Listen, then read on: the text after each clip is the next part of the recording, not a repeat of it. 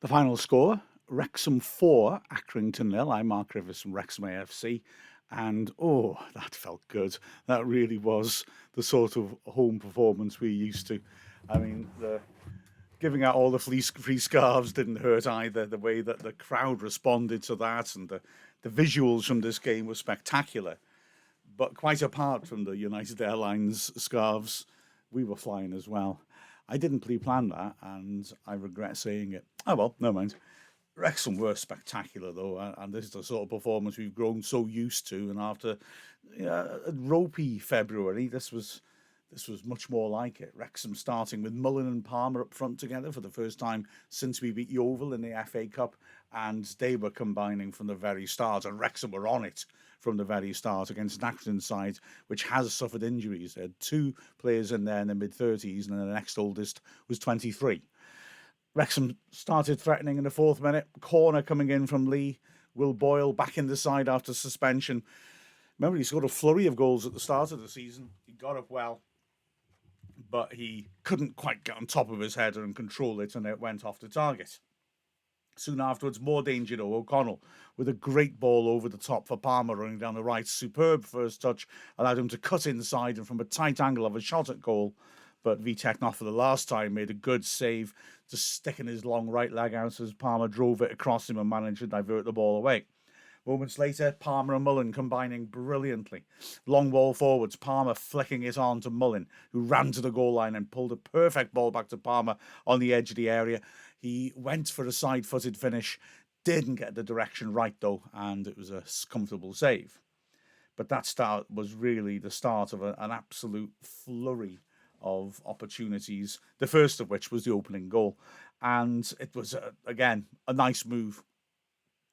Cleworth receiving it from McLean, having gone on the overlap, helping it on to Barnett, and Barnett ripping the ball across the goal. A lovely ball in. Mellor was marking Mullin, but look at the replay. Mullin's movement, both when the ball comes out to Cleworth and then when he resets himself and runs across Mellor, is superb. And Mellor, too slow to react. Mullin heads it easily into the net from 6 yards out at the near post. And Wrexham kept pushing. Soon after that, Elliot Lee trying a shot from 25 yards wide on the left, pulling it across the keeper, but not coming back enough and going wide of the post. Before in the 20th minute, again, a lovely piece of play.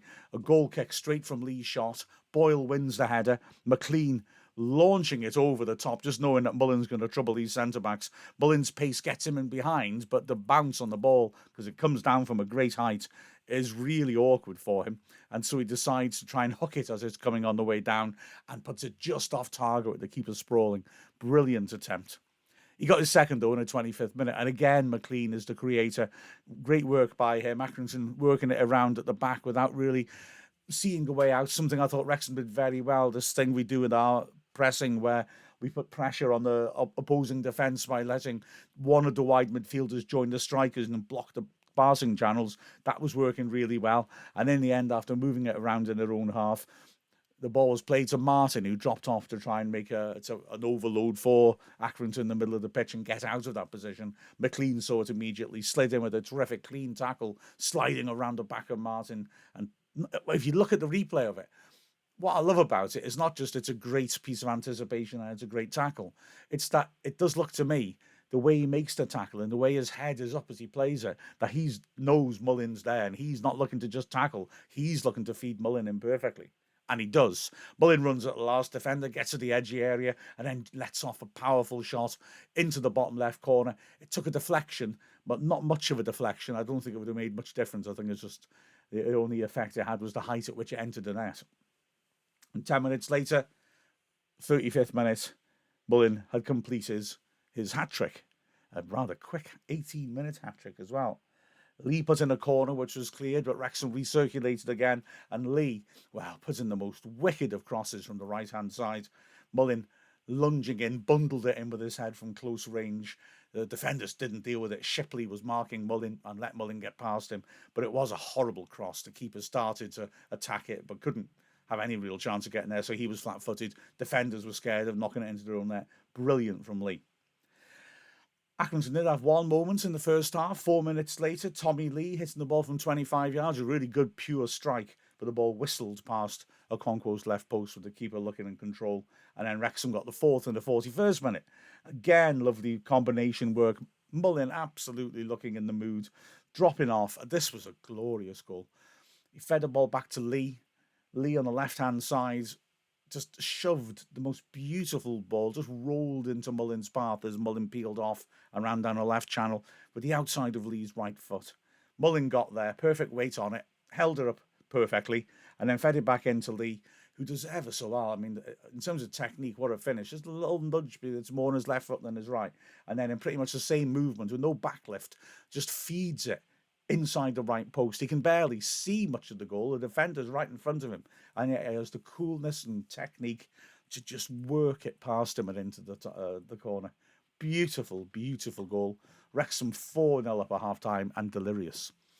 Second half, again, Wrexham starting, pushing on strongly. Barnett cutting inside well, finding McLean, who from 25 yards out drove a powerful shot that wouldn't keep down. Then, well, Barnett really should have got his first goal for Wrexham. Lovely bit of play by Lee again. Cute little scoop over the top to find Cannon. Cannon helped it on nicely to Mendy on the left. Mendy really did very, very nicely, just taking on his man, beating him, floating the ball into the far post. And Barnett, oh gosh, just took a flick off Mellor. Barnett had a 6-yard out chance just to slot it home and didn't get hold of it right and put it wide. Really frustration for him. Straight from after that, Wrexham. Oh no, it's a straight to the keeper, didn't he? Beg your pardon. Straight after that, Wrexham with another opportunity and a good save this time. O'Connell standing up a diagonal, Palmer nodding it down to the edge of the box, and Mullin drove a nasty shot into the ground, which reared up. Really good save by Vitek, who managed to adjust his hands and push the ball away. Accrington in the second half, because Wrexham at this point really, I think, took their foot off the pedal a little. It felt like we could score more if we really needed to. But we played, we still were the better side, but we took our foot off sometimes, took a little bit of a breather. Accrington had some spells of possession in Wrexham's half.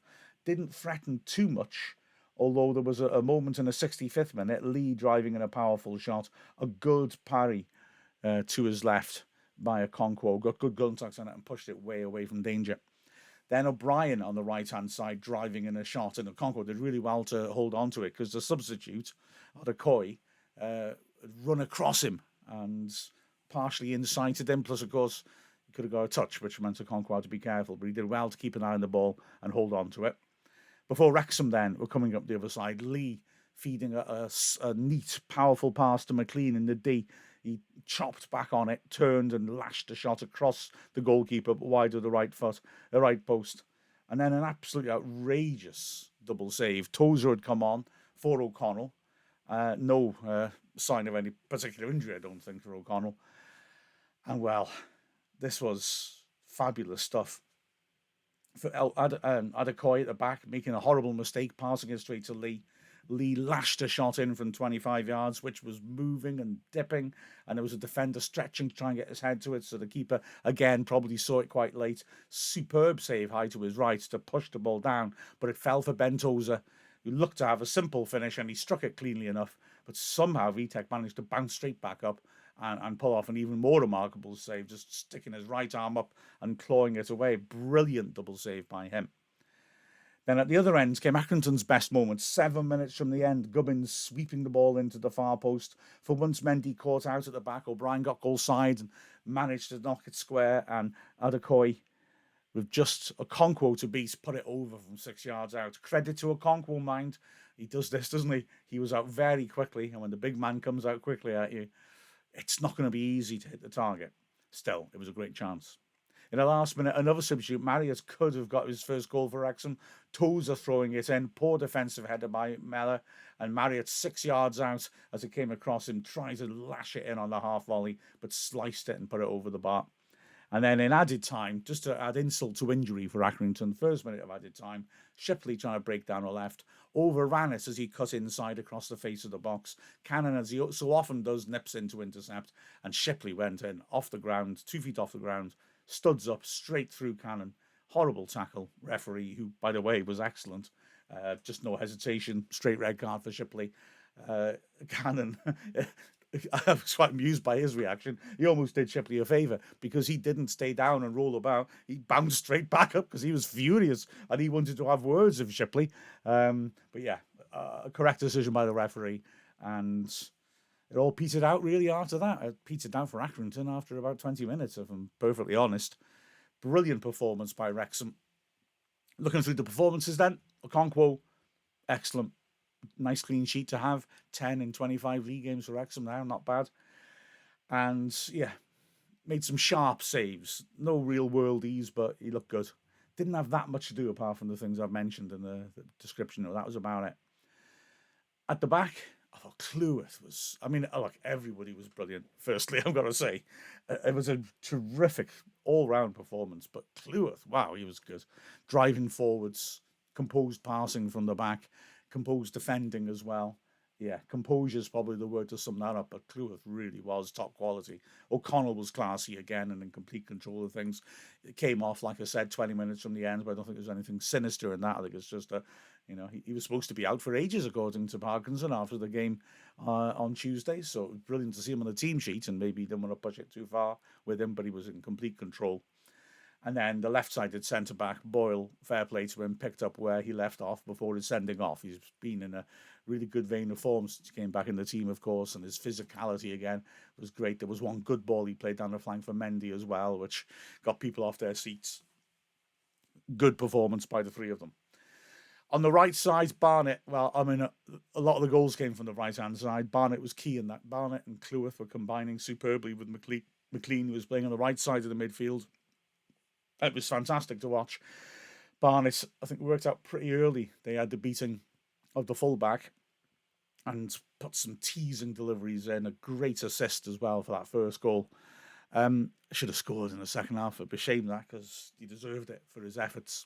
On the left, Mendy was excellent too. A couple of lovely moments where he dribbled around. It was interesting to see him just feathering chips to the far post. I felt lately a lot of crosses from us have been overhit. We hit them beyond the far post and people end up retrieving them. Well, Mendy seemed almost to be under orders not to do that. And he put some really nice delivery in, just floating it in over the keeper and under the bar and making it difficult to defend if it's not dropping on a striker's head. In midfield, well, firstly, Cannon. Cannon's just everywhere. He's often, in games like this, he's often sort of unobtrusive, but vital. You know, he didn't do anything to lift you off your seat, but his interceptions, his carrying of the ball is exemplary, and he really was a step ahead when he was doing his defensive duties. That was an excellent performance by Cannon. On the right of the midfield, McLean was magnificent. His energy, his delivery into the box, his willingness to make things happen, just getting on the front foot all the time and trying to cause problems for Accrington was superb. He had one little blot. He got the daftest yellow card where Tommy Lee tried to wind him up. And because he got by, with a sort of one of those daft fouls that isn't going to be a yellow, but he knocks McLean to the ground. McLean reacted. Lee was laughing at him in his face. The young substitute Woods came and did the same thing. And the ref warned the two players involved and left it at that, and McLean just wouldn't leave it. And you could see the crowd were getting really irate. Some of them angry at Tommy Lee, some of them annoyed at McLean for keeping going with the ref, and in the end the ref had enough of it. He went across and I'm not sure what he did, actually. The camera angle is good, but a player just walks across, but McLean goes across and puts his hand on Woods' back. I don't think he actually did anything bad to Woods, but it looked like maybe he was saying, I'm just checking who you are for later, And the ref had enough and booked him, and it was just so unnecessary. He carried on for a bit after that, and you wondered if he'd get shaken off. But he was brilliant. Let's not dwell on that. He was magnificent, and in centre mid, he really has the scope to shape the destiny of games. And on the other side, Elliot Lee. Well, that was proper Elliot Lee. I mean, he hasn't looked quite so creative lately, but he was impudent and cheeky and alert and creative and all those wonderful things you say when Lee is at his very best. He just kept creating. His work with Mullin, they were in the same wavelength, was fantastic. Brilliant performance by Lee. And then up front, well, Mullin and Palmer realises. Palmer, excellent. His movement was really good. He's strong in the air, beating the centre-backs and really coming back and working hard when he had to as well. And Mullin, well, I mean, again, that was peak Mullin, which I'm very pleased to be able to say. He's done so well to contribute so much this season, considering the nature of his injury last summer. And I think it's inevitable that he's going to be a bit in and out because, yeah, a debilitating injury that was.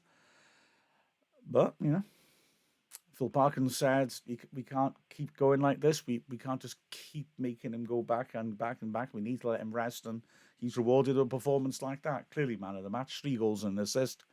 Utterly magnificent. And to say he's clearly man of the match in a game where so many players were superb is really saying something. Because, I mean, quite frankly, the sort of performances that were put in by Lee and McLean and Barnett and Cleworth, just about everybody. Yeah, and yet he was clearly man of the match. A brilliant performance. So Wrexham have certainly earned their week off. They'll be training, but they don't have to play on Tuesday, thank goodness. And now let's see if we can build up some momentum. Although the way Morecambe came back to beat Crewe yesterday, that could be a bit interesting. Oh, by the way, apologies for the end of the Hot Take podcast. I meant to cut it out because we got the wrong results come up on our screen and the wrong table. And so we read it all out. And then it turned out that they weren't accurate. So sorry about that. My mistake. But hey, we're in the top 3. Even better than what I said in Hot Take. So we'll take that. With a final score of Wrexham 4, Accrington Stanley 0. I'm Mark Griffiths from Wrexham AFC.